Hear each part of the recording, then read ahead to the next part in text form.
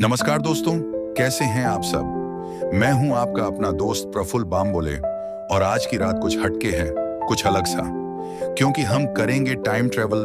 जी हां, हम जा रहे हैं पीछे उस दौर में जब दुनिया का सबसे बड़ा युद्ध हुआ था, द्वितीय विश्व युद्ध। आज की कहानी सिर्फ युद्ध की नहीं है, बल्कि उसमें शामिल आम लोगों की, उनके सपनों की, उनकी कुर्बानियों की है। तो चलिए शुरू करते हैं इस दिलचस्प सफर को। तो कहानी शुरू होती है 1939 से। एडोल्फ हिटलर, जो जर्मनी का तानाशाह था, उसकी सोच बहुत अलग थी।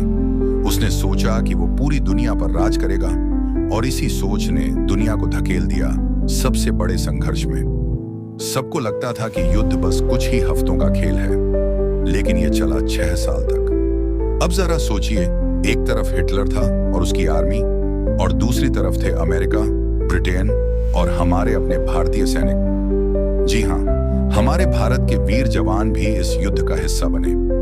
ब्रिटिश राज में होने के कारण भारत से लाखों सैनिक भेजे गए इस लड़ाई में और उन्होंने बहादुरी से जंग लड़ी। तो चलिए सुनते हैं एक किस्सा एक भारतीय जवान का, जिसने अपनी जान की परवाह नहीं की। ये कहानी है वीर सिपाही की, जिसने बर्मा की जंग में अपनी आखिरी सांस तक संघर्ष किया।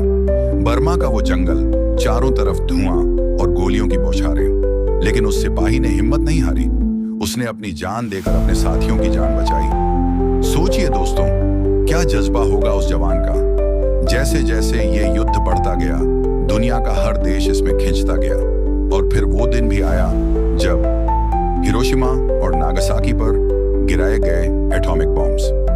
क्या आप जानते हैं, उस धमाके में लाखों लोग मारे गए और आज भी उस त्रासदी की झलक वहां देखने को मिलती है। इतनी तबाही के बाद 1945 में यह युद्ध खत्म हुआ, लेकिन इसका असर पीढ़ियों तक महसूस किया गया। तो दोस्तों, ये थी कहानी द्वितीय विश्व युद्ध की। एक ऐसा युद्ध जिसने हमें बहुत कुछ सिखाया कि तानाशाही का क्या अंजाम होता है और क्यों हमें शांति को हमेशा प्राथमिकता देनी चाहिए। सोचिए, इस दुनिया को हम कैसे और बेहतर बना सकते हैं। तो आज के लिए बस इतना ही। बताइएगा ये कहानी कैसी लगी आपको, कमेंट में जरूर बताना और चैनल को सब्सक्राइब करना। मैं हूं प्रफुल्ल बामबोले, फिर मिलूंगा आपसे। तब तक के लिए खुदा हाफिज, अलविदा और जय हिंद।